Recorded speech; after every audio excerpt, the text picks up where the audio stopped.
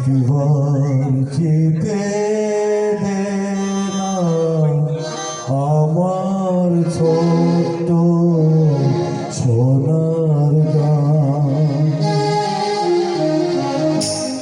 একবার যেতে দে না আমার ছোট্ট সোনার গান, যেটাই কবিতাকে দোলে ডাকে যেটাই কবিতাকে দোলে ডাকে নদী সেটা শুরুতে চলে আপন ঠিকানা, যেতে দে না আমার ছোট্ট সোনার গান, যেতে দে না আমার ছোট্ট সোনার গান।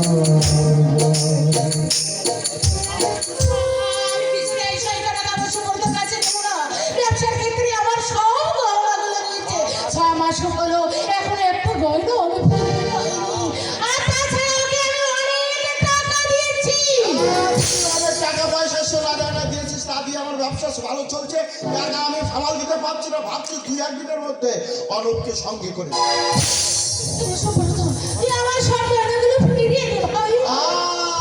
দিদি। ও দিদি, অত ব্যস্ত হচ্ছিস কেন? শুধু সোনা গয়না দেবো কেন? ওরে সোনা গয়নার সঙ্গে লাভের অর্ধেক টাকাও দেবো। কথা হচ্ছে দিদি, বলছিলাম কি তুই ওই জামাইবাবু সই করা কাগজটা আমাকে দিয়ে দে। এই কাগজ আমি তোকে কিছু দিয়ে দেবো, আমার ওই গয়নার টাকাগুলো ফিরিয়ে না দেওয়া পর্যন্ত ওই সই করা কাগজ আমি তোকে দেবো না। তুই কি আমাকে অবিশ্বাস করছিস? বিশ্বাসের মতো তুই কোনো কাজই করিস না। ও তাই কিন্তু কাগজটা যে আমাকে দিতে হবে দিদি। না, আমি জোর করে নেব। সুব্রত! ভালোই ভালোই যদি তুই কাগজটা না দিস তাহলে তাহলে আমি তোকে খুন করব। এ? তোরাতে ছড়ে হ্যাঁ, তুই আমাকে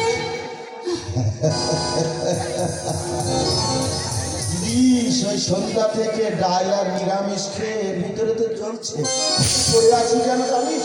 তোর ওই অর্থ করি পয়সার জমি জমার জন্য শেষ পর্যন্ত যদি ওই না পাই তাহলে ছুরি আমি তোর পেটে বসিয়ে দেবো। তাই ভালোই ভালোই বলছিস, এখন দেশের কাল পরিস্থিতি খারাপ, খুন খারাপই ভাই বলে না করে সহজ মার্গি কাগজটা দিয়ে না, আমি কিছুতে এই কাগজ দেবো না। শোন দিদি, আমি 1 থেকে 3 বার বলবো, এর ভিতরে যদি তুই কাগজটা না দিস তাহলে এই ছুরিটা আমি তোর ভুঁড়িতে ঢুকে না,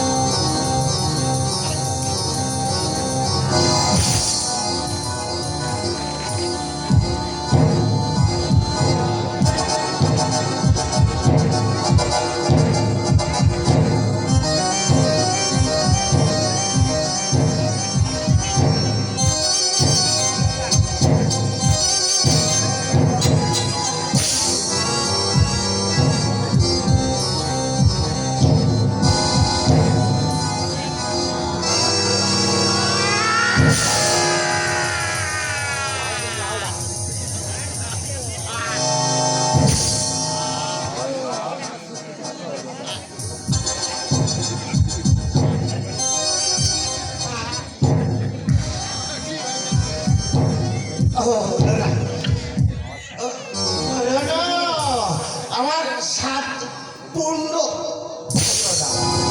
তরি এসে ভরা ডুবি ঠিক করেছিস অনুষ, তুই ঠিক করেছিস।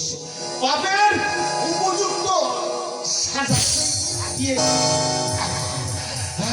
আসলে কি কথা জানিস, নাতি খাতি বেলা কেন বাঁচতে পারলাম না।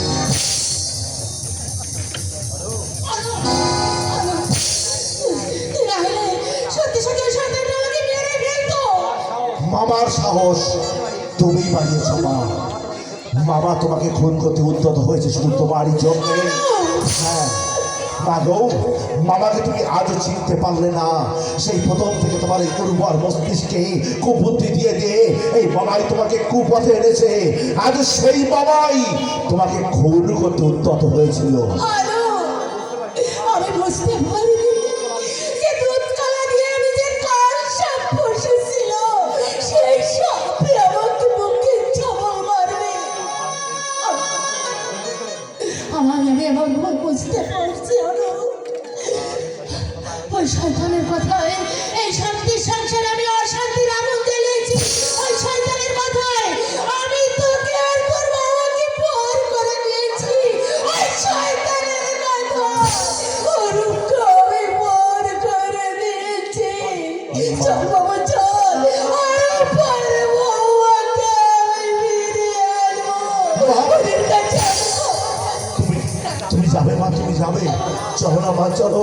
তোমাকে দেখলে দাদা বৌদি খুব খুশি হবে। তুমি যাবে আমার সঙ্গে, তুমি আমার সঙ্গে যাবে। আমিও যাবো রে অনু। বাবা। তুই জানিস তোর দাদা বৌদি কোথায় আছে?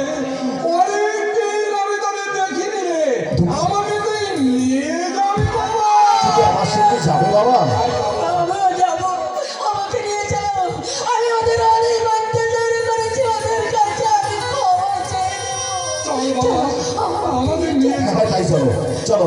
আমি তোমাদের দাদা বৌদির কাছে নিয়ে যাবো। প্রয়োজন হলে তোমাদের হয়ে দাদা বৌদির কাছে আমি ক্ষমা চাইবো। এসো।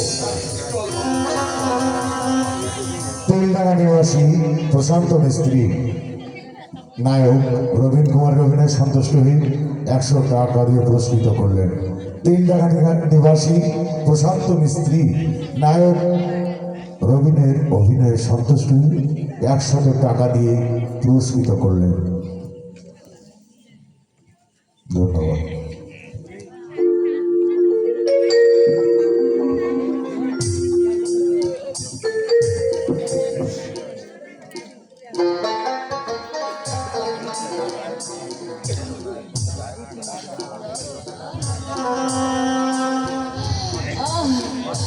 পারছি না এই দেহটাকে নিয়ে, আর চলতে পারছি না, কিছুতেই আর বাঁচিয়ে রাখতে পারছি না।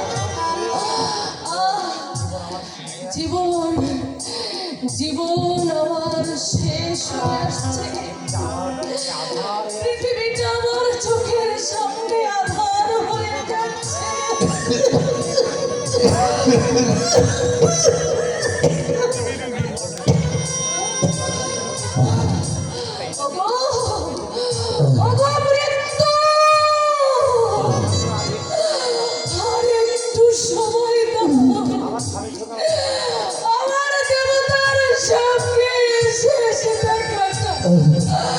এই হতভাগিনী কি করতে দাও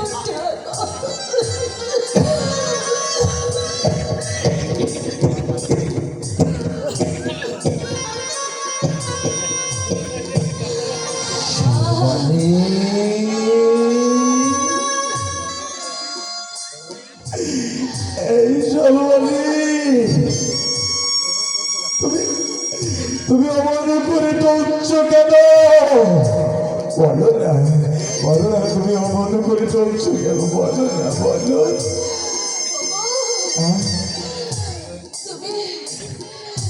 তুমি না সেচ্ছ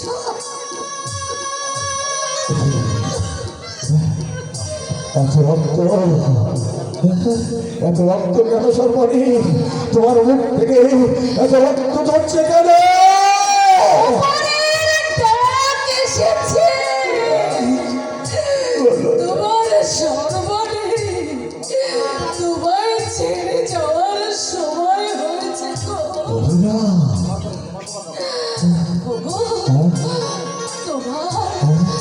তোমার মাথা পেটে রক্ত কেন ঝরছে?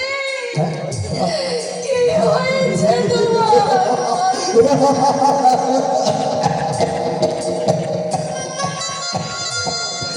রক্ত, তোমার মুখ থেকে পড়ছে ঝলকে ঝলকে রক্ত, এদিকে আমার কপাল পেটে পড়ছে অঝরে রক্ত। আজ আজ আমরা দুজনে রক্তের হোলি খেলায় মেতে উঠেছি, রক্তের হোলি খেলা।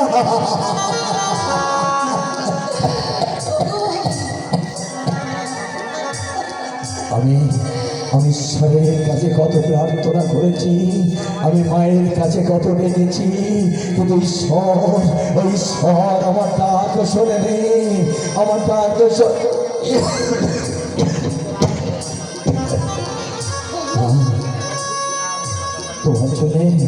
তোমার জন্যে মানুষের দুয়ারে দুয়ারে ভিক্ষা করে আমি কিছু পয়সা জোগাড় করেছিলাম। রাস্তায় এক গুন্ডা আমাকে মেরে আমার কপাল ফাটিয়ে রক্ত ঝরিয়ে সেই পয়সাগুলো মেরে দিল।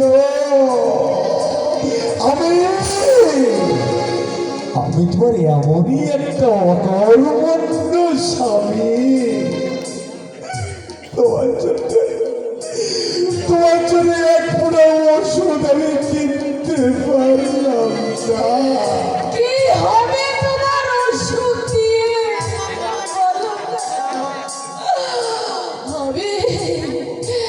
আমি যে তোমায় ছেড়ে চলে যেতে চাইছি। ওই ওষুধ দিয়ে আর কিছু হবে না গো।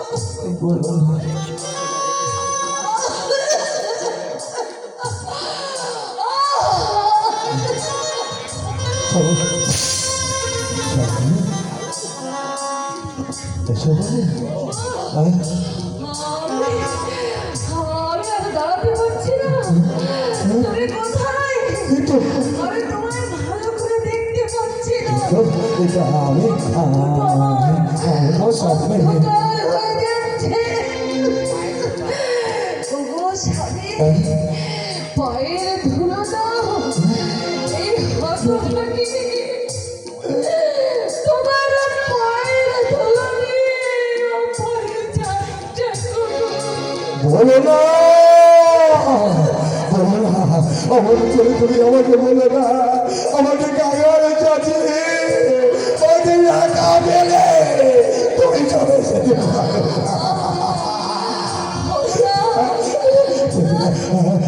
আমি একটু তোমার সামনে দাঁড়িয়ে আছি, দেখো না, দেখো আমাকে, দেখো আমাকে, দেখো না, আমাকে দেখো না, দেখো আমি তোর সামনে দাঁড়িয়ে আছি, দেখো না, আমি তো দেখতে পাচ্ছি না। তোমার মুখ ভরা ভালোবাসা নিয়ে তোমার সঙ্গে সুখে সংসার করা আমার হলো না গো। আমি মরণের উপরে গিয়ে তোমার জন্য অপেক্ষা করবো। তুমি আমায় সঙ্গে নিও গো, সঙ্গে নিও। সব কিছু ফেলে যদি তোমার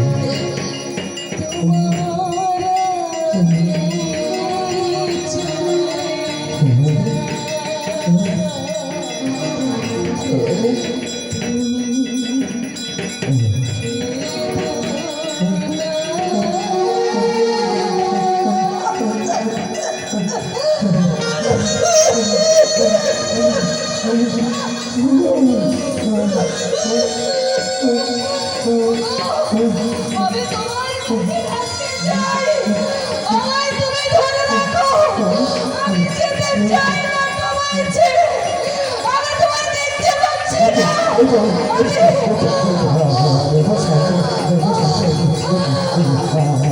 শুয়ে আছে দেখো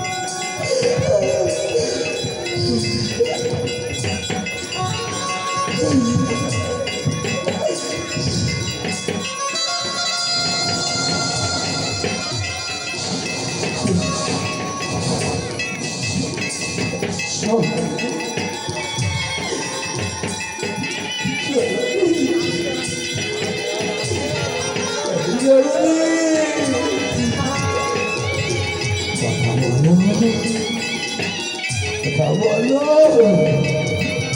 কথা বলবে না কথা বলবে না কেন বলবে কেন কথা বলবে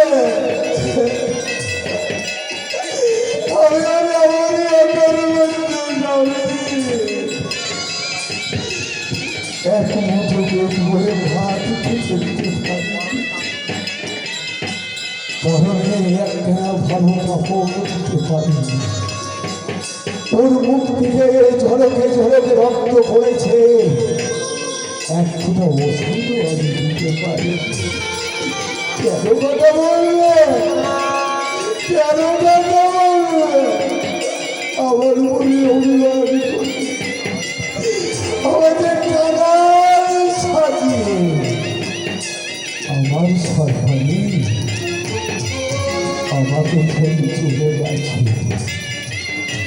আমার স্ত্রী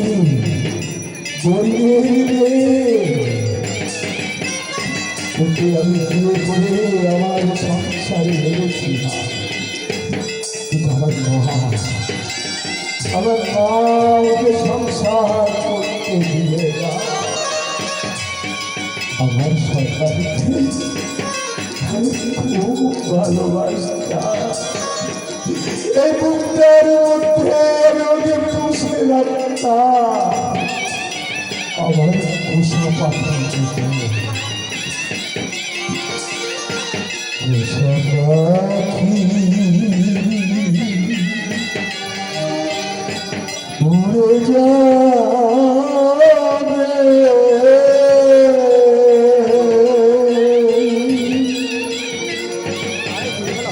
ওই সজনী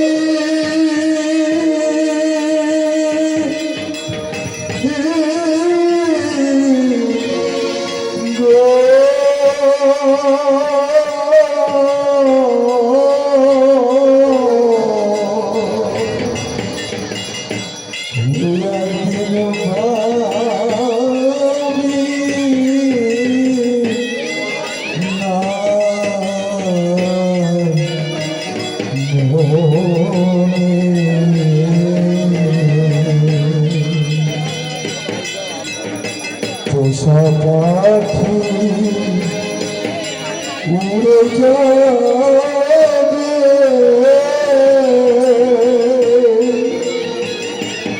ও সজনী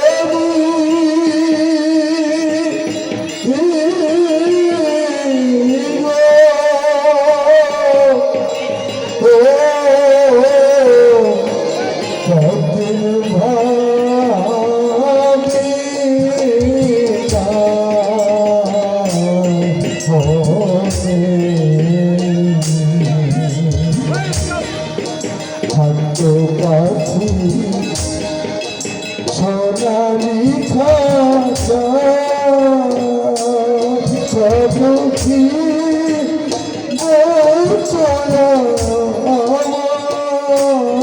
বসে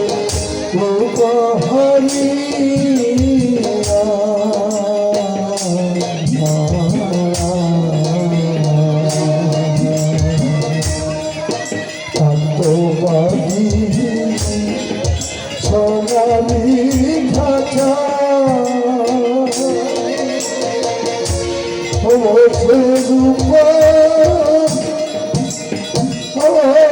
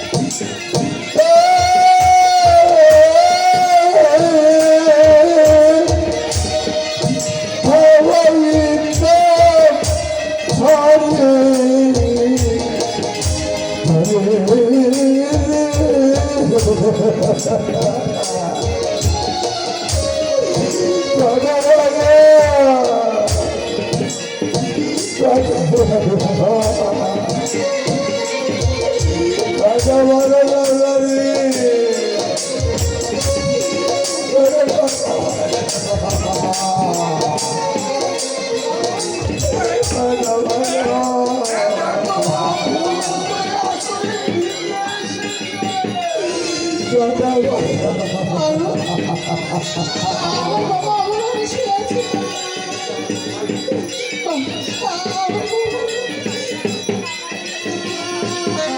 কথা বলছি না।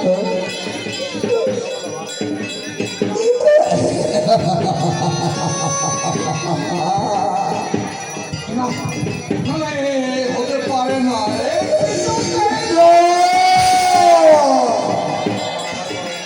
তোমাদের বৌমা আমার উপর অভিমান করে আমাকে দৃশ্য সাজিয়ে কাঙাল সাজিয়ে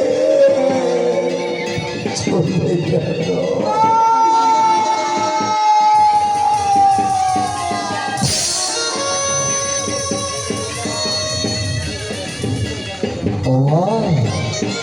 সেই যদি তোমরা এলে তবে কেন এত দেরি করে এলে না?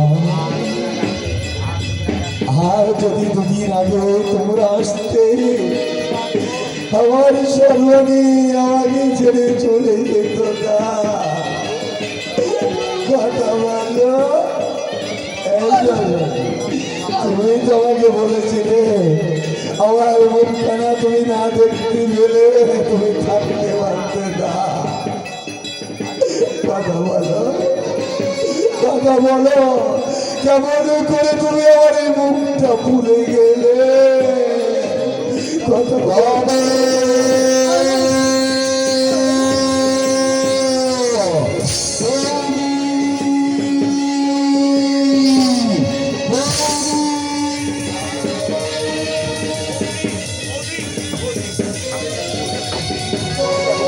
তোমার জন্য আলতা শাড়ি দিয়ে এসেছি জানো বৌদি, আজ তোমাকে নতুন করে আমার বাড়ি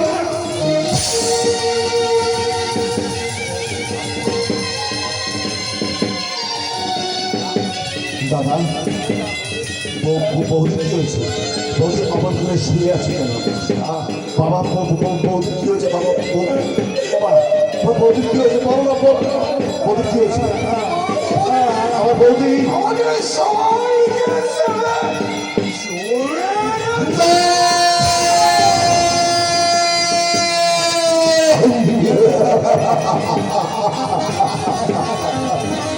না, এ হতে পারে না বাবা, এ হতে পারে না।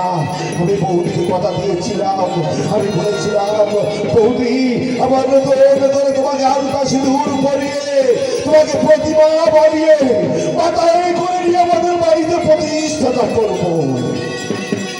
আজ সেই বৌদি আমাদের পিছনে চলে গেছে।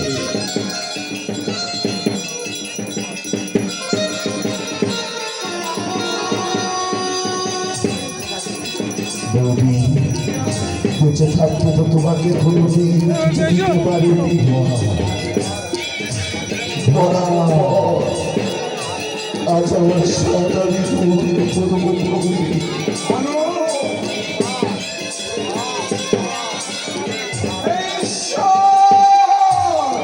আমার দয়ায় অঙ্গকে লঙ্ঘন করে হে ঈশ্বর আমাকে শক্তি দাও আমি এই অসহ্য যন্ত্রণার সহ্য করতে পারি। বাবা, তোমাদের এই সমাজের নিষ্ঠুর প্রশাঘাতে সংসারের অত্যাচারে আমার এই মায়েদের সামান্য ভুলে এমনি করে কত কত শত সর্বাঙ্গী অথারে ঠিক ধরে যায়। দাদা ওগো মায়েরা, পরের মেয়ে বলে গরিবের মেয়ে হলেও যদি পুত্র বধূ মনে না করে নিজেদের সন্তান মনে করে তাদেরকে নিয়ে সংসার করে, তবে এমনি করে আমার মতো আমার স্ত্রীর মতো অকালে কোনো মেয়ে ঝরে যেত না। তাই আপনাদের কাছে সবিনয় বিনতি, পরের মেয়ে হলেও তাকে নিজের মেয়ে মনে করবেন। দাদা আজ বৌদির শেষ অন্তিম কাজ সম্পন্ন করার আগে তার স্মৃতিটা আবার নতুন করে সিঁদুর দিয়ে রাখিয়ে দাও। আজ বৌদিকে নববধূর সাথে সাজিয়ে দাও। এই নাও সিঁদুর।